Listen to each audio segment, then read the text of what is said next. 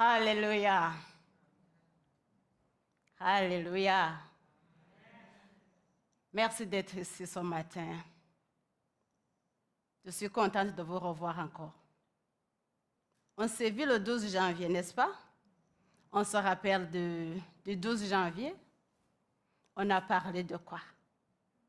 Qui se rappelle de qu'est-ce qu'on a parlé?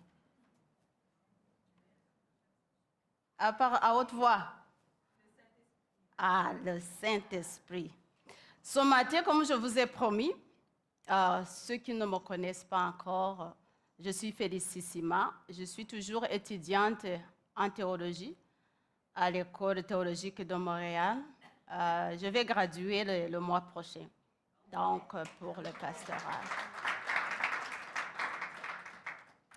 Gloire à Dieu. Donc, on a parlé du Saint-Esprit et je vous ai promis que je vais venir avec la deuxième partie de cet enseignement. Notre lecture se portait dans Jean 14, verset 16. Et ça se lit ainsi. Jean 14, verset 16. Louis II. Et moi, je prierai le Père, et il vous donnera un autre consolateur, afin qu'il demeure éternellement avec vous. Seigneur, nous te remercions ce matin, prions. Seigneur, nous te remercions ce matin. Nous te remercions de nous avoir encore accueillis dans ta maison. Sois glorifié, sois honoré ce matin. Seigneur, nous avons préparé nos cœurs pour que ton esprit puisse nous parler, pour que tout ce qui va être dit soit inscrit sur la tablette de nos cœurs. C'est au nom de Jésus que j'ai prié. Amen. Peuple de Dieu, je vous viens encore une fois en tant que quelqu'un qui vous parle qu'on a une autre aide. Donc, ici, c'est le consolateur. Donc, on va faire une petite révision vite fait pour qu'on puisse se rafraîchir la mémoire. Et je vous rappelle, il faut toujours aller regarder encore, comme ça on va bâtir.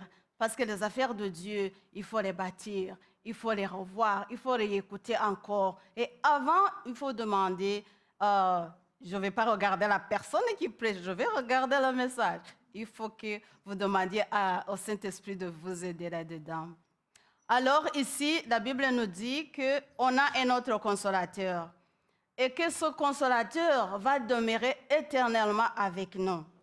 Mais là, qui est ce consolateur? On va voir que le consolateur, dans Jean 14, 26, on a dit qu'il est le Saint-Esprit. C'est le Saint-Esprit que Dieu enverra, que Jésus va nous envoyer, qui va demeurer avec nous, comme on l'a dit. Et le Saint-Esprit, qui est le Saint-Esprit? On avait dit qu'il est Dieu. Il n'y a pas cherché de midi à 14 heures. On avait dit qu'il est Dieu, qu'il avait les mêmes attributs que Dieu, qu'il est tout-puissant, qu'il est présent partout et qu'il connaît tout. Et aussi, il est éternel. Donc, on a vu qu'il y a trois niveaux d'opération que le Saint-Esprit va venir quand il vient en nous. Ça va être le premier niveau. Il vient en nous quand c'est le moment où on reçoit Jésus, le moment de la baptême, et aussi par la foi. On a vu qu'il est aussi avec vous, avec nous. C'est là où on a parlé de comment il prie avec nous. Comment quand on est en faiblesse de prière, que lui, il prie pour nous, et puis il prie avec nous. C'est là qu'on a dit que dans nos faiblesses, c'est lui qui va prendre le dessus. Pourquoi? Parce qu'il connaît les pensées de Dieu sur notre vie. Donc, on peut toujours prier et on prie qu'est-ce qui n'est pas inscrit dans les plans de Dieu sur notre vie. Mais le Saint-Esprit, puisqu'il est Dieu, puisqu'il sonde les songes profonds de Dieu, lui, il va connaître. C'est là qu'il va prendre le dessus. C'est très important quand vous priez de faire appel au Saint-Esprit, de prier avec vous. Et puis, on a vu aussi La troisième partie, on n'a pas vu ça. C'est là aujourd'hui qu'on va focaliser. Donc, le Saint-Esprit aussi, en dépit d'être en nous, en dépit d'être avec nous partout et toujours, il y a les moments aussi où il va venir sur nous. C'est là qu'on va voir aujourd'hui rapidement. On va voir dans quelles circonstances maintenant, quand il vient sur nous, il va opérer dans quelles circonstances. C'est ça qu'on va voir maintenant. Donc, ça, c'était une prophétie que Joël a reçue. Il a dit, Joël 2, 28, il dit, après cela, je répandrai mon esprit sur toute chair. Vos fils et vos filles prophétiseront. Nos vieillards auront des songes et vos jeunes gens des visions. Donc, lui, il voyait dans le temps à venir. À cette époque-là, on ne le croyait pas, j'imagine. Parce qu'à cette époque-là, c'est le prophète, ça va être le prophète, ça va être comment on dit, le sacrificateur, qui vont vraiment s'occuper des choses de Dieu, qui vont parler avec Dieu, qui va écouter les messages de Dieu. Mais lui, Joël, il voyait le futur. Il nous voyait, mes amis. Il nous voyait quand le Saint-Esprit va venir et que c'est lui qui va nous donner tout ce que ces prophètes-là, tout ce que ces sacrificateurs, quand ils sont dans les saints de place et qui sont très saints, ils écoutent la voix de Dieu. Mais ce moment-là est fini. C'est une bonne nouvelle. Ce moment-là est fini. Ce moment est fini. Quand Jésus est mort, la voie a été déchirée de haut en bas. Alléluia. C'est une bonne nouvelle. Donc, lui, il voyait les moments à venir. C'est là que maintenant, quand Jésus il est ressuscité, il est parti, il a soufflé, recevait le Saint-Esprit. Ça a été une chose très remarquable parce qu'on se rappelle que quand Adam a péché, il a perdu l'Esprit de Dieu. Il a commencé à vivre sur son pouvoir sans écouter la voix de Dieu. Mais quand Jésus est ressuscité, cela dit, recevez encore ce que vous avez perdu dans le jardin d'Éden. C'est là que maintenant, Jésus va dire à ses disciples, je m'en vais, mais allez à Jérusalem, attendez encore. Vous allez recevoir une autre dimension qui va vous aider maintenant à faire ce que je faisais. C'est là qu'on va voir que cette promesse que Jésus a faite, ça va arriver dans Acte 2, versets 1 à 4. Alléluia. Le jour de la Pentecôte, ils étaient tous ensemble, dans le même lieu. Ils étaient où? Ensemble, dans le même lieu. Le verset 2 se dit ainsi. Tout à coup, il vint du ciel un bruit comme celui d'un vent impétueux, et il remplit toute la maison où ils étaient assis. Des langues semblables à des langues de feu leur apparurent, séparées les unes des autres, et se posèrent sur chacun d'eux.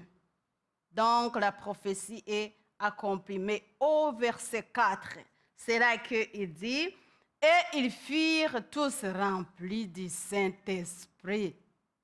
Et ils furent tous remplis du Saint-Esprit.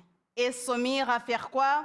Et se mirent à parler en d'autres langues. C'est ce que l'Esprit leur donnait à s'exprimer. Ce n'est pas eux qui se donnaient à dire. C'est ça qui fait la différence. Des fois, on se met à parler, à dire ce que nous voulons. Mais ici, quand ils étaient remplis, c'est l'Esprit qui parlait à travers eux. C'est ça qu'on a besoin, peuple de Dieu. On a besoin que le Saint-Esprit vienne sur nous. Quand il vient sur nous, il va nous donner à dire. Il va nous donner comment on va aller dehors, comment on va parler à des personnes. Parce que ce n'est pas notre langue qui va parler, c'est le Saint-Esprit qui va prendre le dessus. Ça vous est déjà arrivé quand vous parlez à Jésus, oh, Jésus vous aime. Et ben, parce que le Saint-Esprit n'a pas pris le dessus. C'est très important. avant d'aller parler, avant de parler à quoi que ce soit, Jésus nous dit, attendez dans la chambre haute, je vais venir, je vais vous donner notre puissance, qui va vous donner le pouvoir, qui va vous donner la façon de convaincre ces personnes-là à qui vous allez parler. Et tu n'as pas besoin de parler le français. Je peux parler en ma langue maternelle parce que le Saint-Esprit est là. Vous allez m'écouter. Ça, c'est la puissance du Saint-Esprit. C'est lui qui va traduire. C'est lui qui va vous connecter, qui va connecter avec votre esprit et qui va vous expliquer qu'est-ce que je suis en train de vous dire ce matin. Là, on va voir que dans Acte 2, c'est là que Pierre, avec le courage, l'a rempli du Saint-Esprit. Est-ce qu'on a besoin d'être rempli du Saint-Esprit? Parce qu'il y a des choses qu'on se trompe là-dedans. Le Saint-Esprit dont je vous parle ici, c'est le Saint-Esprit qui vous aide dans la vie de tous les jours. C'est le Saint-Esprit qui va vous aider de pouvoir parler dans votre emploi et de produire et de manifester les fruits du Saint-Esprit. Ce n'est pas l'autre qui va vous rouler par terre, ce n'est pas ça que je parle. Je parle du Saint-Esprit qui vit avec vous, qui vous apprend comment aimer, qui vous apprend comment être patient, qui vous apprend comment parler poliment, qui vous aide dans la vie de tous les jours. C'est ça que Jésus a dit. Il va demeurer avec vous éternellement. Mesdames et messieurs, frères et sœurs, c'est lui qui va nous dire comment aimer notre femme. C'est lui qui va nous dire comment aimer nos enfants, comment bâtir notre famille. C'est lui qui va nous dire tout ce qu'on ne connaît pas. Parce que la Bible nous dit, il va nous enseigner qu'est-ce qu'on ne sait pas. Comment, moi, ça m'arrive d'être vraiment dépendante à Saint-Esprit. C'est le central message que j'ai à vous dire ce matin. Le Saint-Esprit doit être dans tout et partout avec vous éternellement, jusqu'à temps que Jésus revienne nous chercher. Donc, on va voir dans Actes 2, 40 et 45. On ne va pas lire tout, mais on va prendre quelques versets là-dedans. Vous pouvez aller le lire à la maison ou quand vous aurez un peu de temps. Donc, ça se lit ainsi. Donc, ici, le Saint-Esprit est venu et l'Église va grandir. On a besoin de Saint-Esprit ici pour que l'Église puisse grandir. On sait que c'est les anges qui sont assis ici, mais on a besoin que des personnes viennent remplir les chaises ici. Donc, écoutez-moi bien. Acte 2, 40 et 45, donc on va lire quelques versets. Ça se lit ainsi. Et par de nombreuses autres paroles, il les témoigna et les exhorta. On parle de Pierre, disant, « Soyez sauvés de cette génération perverse. » Puis, à 41, il dit, « Puis ceux qui reçurent sa parole avec joie furent baptisés. Et cela, environ combien? 3000 leur furent ajoutés. » Est-ce qu'on a besoin de son nombre dans le centre évangélique Châteauguay? Amen. Il faut que vous vous rappeliez comment ça s'est passé. Ils étaient en haut, ils ont prié, ils avaient la promesse, et puis la promesse a été accomplie. On va faire la même chose. C'est le moment de savoir que le Saint-Esprit, c'est lui qui bâtit l'Église. Ce n'est pas l'homme de Dieu, ce n'est pas la femme de Dieu, ce n'est pas la congrégation, c'est à travers nous que le Saint-Esprit agit et nous guide comment bâtir l'Église, comment établir l'Église, comment l'Église fonctionne. On va savoir plus loin qu'est-ce qu'il nous faut, on va y aller rapidement. Alléluia. Voilà, donc on a besoin que l'Église grandisse. Notre pasteur nous a parlé de mission et vision du centre évangélique. On se rappelle de ça. Si vous avez manqué ce moment, il est toujours en ligne. Vous pouvez y aller et voir. Donc, ça se lit ainsi. C'est proclamer quoi? La bonne nouvelle de Jésus-Christ, de faire des disciples et de servir la communauté pour répondre aux besoins actuels. On ne va pas répondre aux besoins actuels parce qu'on est riche. Désolé. On ne va pas répondre aux besoins actuels parce qu'on est capable, on a beaucoup d'études. Dans le royaume de Dieu, on a besoin d'une dimension spirituelle qui va venir non seulement en nous, aussi avec vous, mais plutôt aussi, on a un ajout qui va être on top. C'est la puissance qu'on a besoin. C'est cette puissance-là qui va venir quand on va aller dehors en tant qu'église évangélique. Si on va commencer à faire les outreach, ça va être quoi? Ça va être le Saint-Esprit sur nous. Ça va être quoi? Ça va être les moments qu'on a passés ensemble en train de prier pour que tout cela ça arrive. La prière en corporation, quand l'Église prie, Jésus est vraiment là avec nous et il attend et il exauce notre prière. Est-ce qu'on a besoin d'une prière en corporation? Toute l'Église se met ensemble, on se dit, OK, là on va prier pour les réveils et pour notre Église. Je pense que ça s'en vient. Est-ce qu'on est d'accord? Amen. Donc, on ne va pas pouvoir proclamer la bonne nouvelle, on ne va pas pouvoir vous transformer en disciples si le Saint-Esprit n'est pas rempli en vous. C'est le travail personnel, par exemple. C'est vous-même qui va être à la maison. C'est vous-même qui va dire, Saint-Esprit, remplis-moi. Là où ce n'est pas rempli, là où je continue à boiter, là, j'aimerais que tu remplis. Saint-Esprit, remplis-moi. C'est un travail personnel.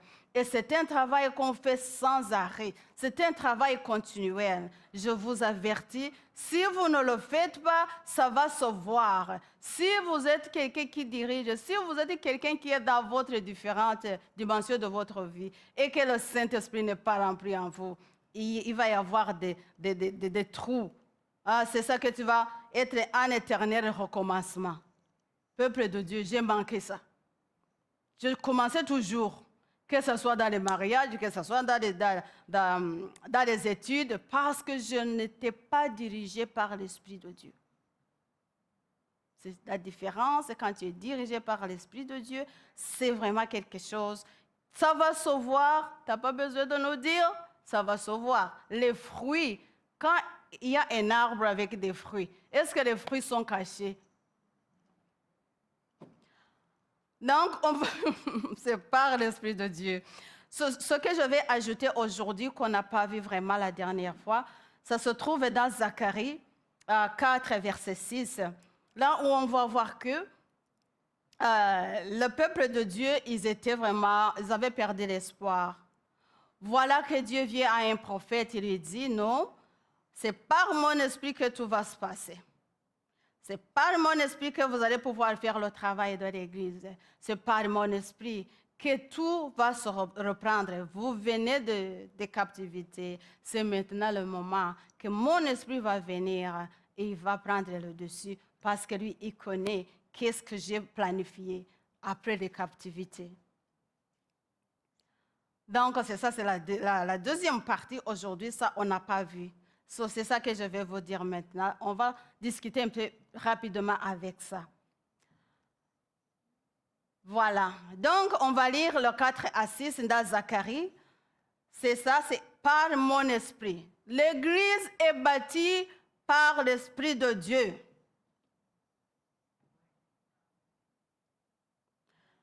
Le verset 6, ça se lit ainsi.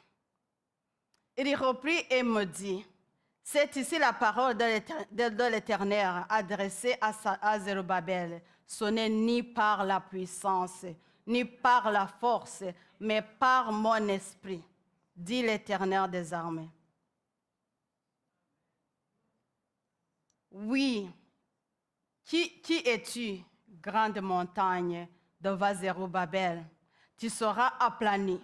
Il posera la pierre principale au milieu des acclamations. Grâce, grâce pour elle. On a besoin de réveil. Où est-ce qu'on va dire, Seigneur, sois loué? Quand tout cela, toutes ces chaises-là seront remplies de personnes en train de glorifier Dieu. Mais le secret, c'est quoi? C'est par l'Esprit de Dieu que tout se passe. D'abord, l'Esprit en nous, avec nous, sur nous, pour qu'on puisse aller et parler de Jésus et glorifier Jésus. Élever notre Seigneur, reconnaître notre Seigneur dans toutes les dimensions de notre vie, que ce soit l'Église et en dehors de l'Église, que ce soit dans nos familles. Peuple de Dieu, c'est Dieu lui-même qui vit en nous. Amen. Moi, quand je suis ça, ma vie a été facile. Je suis une personne qui a vraiment souffert beaucoup dans la vie, qui n'a jamais accompli quoi que ce soit. C'est maintenant même, après avoir cette révélation qui est venue à moi, j'ai commencé à savoir c'est quoi le Saint-Esprit. Ce que je vous dis, c'est par expérience et par les Écritures. On va voir que à cette époque-là, quand les Israélites ils sont revenus de Babylone, ils n'avaient pas l'espoir. Quand ils regardaient tout ce qui a été détruit, tout ce qui a été fait, du temple et la ville, ils avaient perdu l'espoir. C'est là que je me suis posé la question, est-ce qu'il y a encore de l'espoir? Parce qu'à ce moment-là, ils ne voyaient pas vraiment. Quand on est désespéré dans notre vie, quand on ne voit pas le dessus et le demain, on est perdu, on est sans espoir. Mais on oublie que par l'Esprit de Dieu, c'est là que tout se passe. Et puis, dans Job, on se rappelle de Job. Voilà. C'est quelqu'un qui a vraiment tout perdu. Même la femme a dit, maudis ton Dieu et puis c'est fini. Mais lui, il avait dit non, ce n'est pas ça, comme ça que ça se passe. De toute façon, je suis venu sans rien. Tout ce que j'ai ici, celui qui a donné, il va reprendre. C'est là qu'il va nous dire ici, dans verset 14 et 7 et 9. En effet, pour un arbre qui est coupé, est-ce que vous arrivez dans la vie de savoir qu'il n'y a pas un issue? Ça peut être une maladie. Ça peut être une perte d'une personne. Ça peut être tout ce qui nous arrive dans la vie. Vraiment, l'espoir est parti. Et quand l'espoir n'est pas là, la foi aussi n'est plus là. Mais aujourd'hui, je vais vous dire, il ne faut pas perdre l'espoir. Si je suis ici devant vous, je ne pensais même pas qu'un jour, je vais être ici. Moi qui pensais à mourir, moi qui pensais à me suicider. Mais maintenant, je suis ici. Et je suis en train de vous parler. Ayez l'espoir. Ayez la foi. Comme ce peuple d'Israël, donc ils voyaient que le temple c'est fini, il n'y avait rien. C'est là que Dieu vient en aide. Dieu leur dit non, c'est moi qui vous ai apporté là-bas, c'est moi qui vous fais revenir ici. Maintenant, voyez ce que je vais faire. Je suis avec vous. C'est là qu'il est venu à parler à un prophète. Avant, il a parlé à Haggai. En français, c'est Agé. Okay. C'est là qu'il a dit, non, non, non, non, vous êtes maintenant retournés dans le pays, mais vous avez seulement bâti vos maisons, vous avez oublié le temple. Donc, ils étaient occupés, ils sont des réfugiés, ils sont de retour, ils sont en train de bâtir les maisons, la vie va recommencer. Mais ils ont oublié que le temple devait être bâti en premier pour qu'ils puissent avoir le lieu de louer Dieu, de chercher le royaume et les autres choses vont s'ajouter. Je suis ici ce matin pour vous dire, est-ce qu'il vous arrive même de ne pas venir le dimanche et me dire, je vais magasiner là, je vais y aller l'autre dimanche. Mes amis, vous perdez la bénédiction. Vous perdez la rencontre avec Dieu quand vous venez ici. C'est ce qui s'est passé. On va lire le verset 2. On ne va pas lire tout, on va juste lire le verset 2. Mais à la maison, vous pouvez y aller voir. Donc, il parle à Zérubabel. Ici, on parle du prophète Agé. Il dit, Zérubabel était le gouverneur. Et puis, il dit, fils de Sétière, gouverneur de Juda, à Josué. Je ne l'ai pas prononcé comme il faut. Josué, voilà. Fils de Jodastac, le souverain sacrificateur et le reste du peuple, et leur dit, voilà, Dieu s'est adressé, il a donné le message au prophète, il s'est adressé à tout le monde. Il leur dit, il a dit, maintenant, verset 4, fortifie-toi, Zérubabel, dit l'Éternel, fortifie-toi, Josué, fils de Josadak, souverain sacrificateur, fortifie-toi, peuple entier du pays, dit l'Éternel, et je travaille, car je suis avec vous, dit l'Éternel des armées. Je vous dis ce matin, Dieu est avec nous.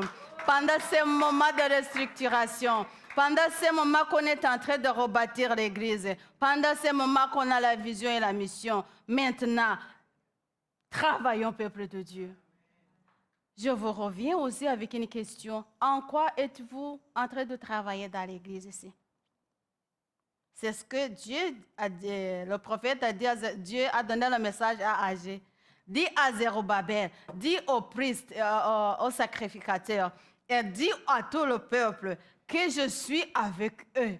Mon esprit va venir vous fortifier. Mon esprit va venir vous aider. Maintenant, ce matin, nous sommes les Zérubabel. Je suis le sacrificateur. Il y a les prophètes ici. Il y a le peuple de Dieu aujourd'hui. Dans quoi? On est en train de voir notre mission et notre vision. Dans quelle porte peux-tu entrer là-dedans? Est-ce que tu peux entrer par le ministère des enfants, le ministère des femmes, le ministère de l'enseignement biblique? C'est le moment maintenant de voir. L'Esprit Saint, on a étudié, il est à nous. Ce n'est pas vous qui va faire, c'est le Saint-Esprit qui va faire. Voyez-vous dans quel département? Ce n'est pas vous qui va faire, c'est le Saint-Esprit qui va faire. Est-ce qu'on est d'accord? J'aimerais vous entendre. Est-ce qu'on est d'accord? Parce qu'il ne faut pas seulement qu'on parle, il faut qu'on met en action. Alors le Seigneur des armées, il a dit, non, je suis en arrière de vous. J'ai mon esprit qui va vous aider et qui va vous montrer quoi faire. Ce n'est pas vous qui va faire, c'est le Saint-Esprit qui va faire. Tout simplement, allez demander ça. C'est ça qu'on va voir. On va y aller plus vite. Comme ça, on va voir qu'est-ce qu'il en est. C'est par mon esprit, ça on l'a dit, c'est l'Esprit de Dieu, c'est pas par nos forces. Maintenant, il y a quelque chose ici très important que j'aimerais que vous regardiez et que vous donnez un sens à ça. Tout ce que je vous ai dit, c'est ça que Zacharie a vu. Que Dieu est en train de lui dire, voilà, il y a des personnes qui sont là, que j'ai choisi pour vous diriger, pour vous appeler à faire le travail ensemble. Mais le secret est de rester connecté à l'onction du Saint-Esprit. On va lire. Zacharie 4, 11. Je pris la parole et lui dis, ça c'est l'ange qui venait au prophète Zacharie pour lui donner le message à Zérubabel et à tout le monde. Donc ça se dit ainsi, je pris la parole et je lui dis, ça c'est Zacharie qui demandait à l'ange qui apportait le message. Que signifient ces deux oliviers à la droite du chandelier et à sa gauche? Est-ce que vous voyez l'image? Est-ce que vous voyez l'onction qui coule? C'est ça qu'on a besoin, peuple de Dieu. Dans le suivant, Zacharie 4 et 12, il dit, je pris une seconde fois la parole et je lui dis, que signifient les deux rameaux d'olivier qui sont près de deux conduits d'or d'où découle l'or? Ça, j'ai mis l'image, ça peut être un enseignement en soi, mais je voulais tout simplement vous dire que si nous restons connectés avec la source, c'est là que le travail de l'Église va être fait. C'est là que le réveil va prendre place. C'est là que Dieu va venir habiter au milieu des louanges de son peuple. Donc, il dit les deux ouins avaient du travail à faire. Et cela serait tellement fourni par le Saint-Esprit. Donc, Zérubabel et le sacrificateur et le peuple doivent se mettre ensemble en union de prière, en union par le Saint-Esprit pour qu'ils puissent faire le travail. C'était quoi le travail? C'était de bâtir le temple de Jérusalem. Mais aujourd'hui, on bâtit notre temple ici, Centre évangélique Châteauguay. Et le Saint-Esprit est en train de nous parler. Laissez-moi venir pour qu'on puisse construire, pour qu'on puisse amener le réveil dans notre église et à Châteauguay et dans l'autre coin du monde.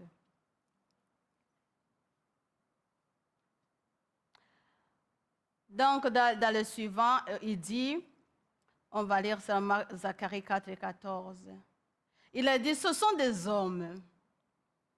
Yeah. Ce sont des hommes désignés par l'onction qui se tiennent devant le Seigneur de toute la terre. Donc, ces hommes-là, ces gens qui sont appelés à construire le temple, comme on est ici, pourquoi on n'est pas ailleurs? On est appelé ici à construire le temple. On est ici appelé à se tenir ensemble et à comment on dit, à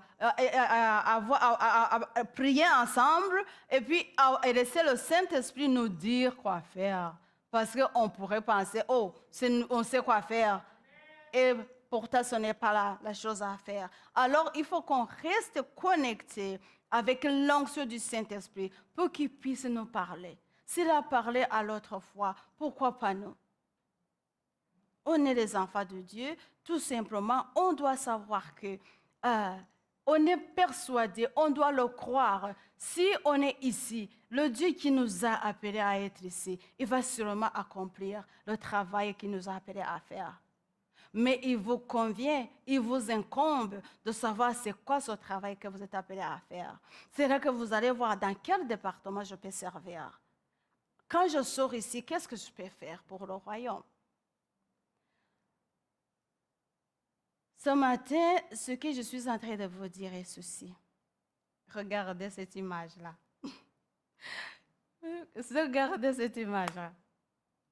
C'est vraiment la seule chose que j'ai pu trouver qui peut vous montrer comment on doit rester connecté de le Père et le Fils et le Saint-Esprit.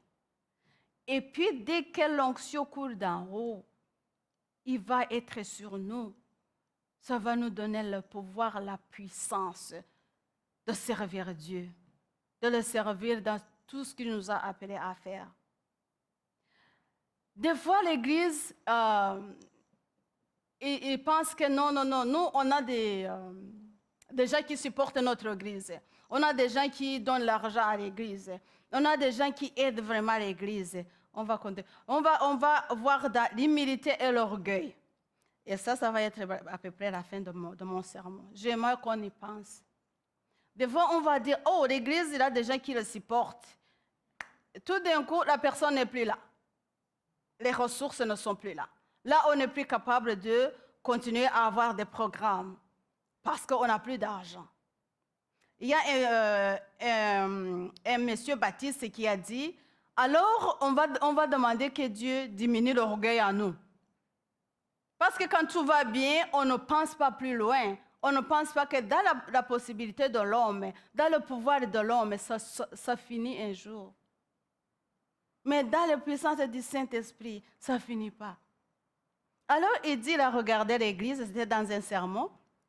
Il a regardé l'église et dit, alors que Dieu envoie la pauvreté. Parce que tout le monde pensait qu'ils ont l'argent, que tout va bien, l'église est vraiment bien, mais ils ne voyaient pas qu'à un certain moment, cette personne-là va mourir. Ils ne voyaient pas que cette personne peut tomber malade ou les revenus sont perdus. Mais lui, ce que je sentais de vous dire ici, c'est que en dépit de tout ça, de tout ce qu'on a en termes de ressources humaines et financières, il y a les ressources divines. On a un Dieu qui pourvoit. C'est vrai qu'il utilise des personnes, mais il faut qu'on reste connecté. On revient toujours à cette image-là. On dit que c'est les yeux de Dieu qui nous regardent quand on est en train de faire son travail, que ses yeux sont dirigés sur nous. C'est ça que nous avons besoin, peuple de Dieu. Il y a ce qu'on appelle intarissable. La provision divine ne finit jamais. La provision divine ne finit jamais. Peuple de Dieu, ça ne finit jamais. C'est bien d'avoir des personnes qui nous aident, mais c'est bien d'avoir Dieu en dépit de tout. Donc, dans le fond, c'est ça que j'essaie de vous dire. Il y a une onction intarissable qui ne finit jamais et qu'il faut toujours rechercher. Jésus a dit, priez sans cesse. Si je m'arrête ici, c'est que J'ai vraiment prié pour que vous compreniez le message d'aujourd'hui. Le message, c'est quoi? Restez connectés sur l'onction divine. Le Saint-Esprit. Le Saint-Esprit. Le Saint-Esprit qui vous aide dans votre journée. Le Saint-Esprit qui vous aide dans votre famille. Avant de dire bonjour, ma chérie, dis bonjour à Saint-Esprit. Parce que quand tu vas le dire à travers le Saint-Esprit, ça va être bien reçu. Et ça va produire l'impact. Et la personne à qui tu parles va se tourner, va te dire, oh, Emma t'est bénie à toi aussi. Donc, c'est ça que je suis en train de vous dire. C'était ça le message. C'était vraiment quelque chose qui me tenait à cœur. Que le Saint-Esprit dont je vous ai longuement parlé, c'est la personne qui est en nous. C'est la personne qui est avec nous. C'est la personne qui va être sur nous pour nous donner cette puissance depuis l'intérieur jusqu'à l'extérieur pour faire le travail de Dieu. À défaut, il n'y a pas moyen. Je termine ainsi. 2 Corinthiens 13 et 14. Que la grâce du Seigneur Jésus-Christ, l'amour de Dieu et la communication incessante du Saint-Esprit soient avec vous. Amen.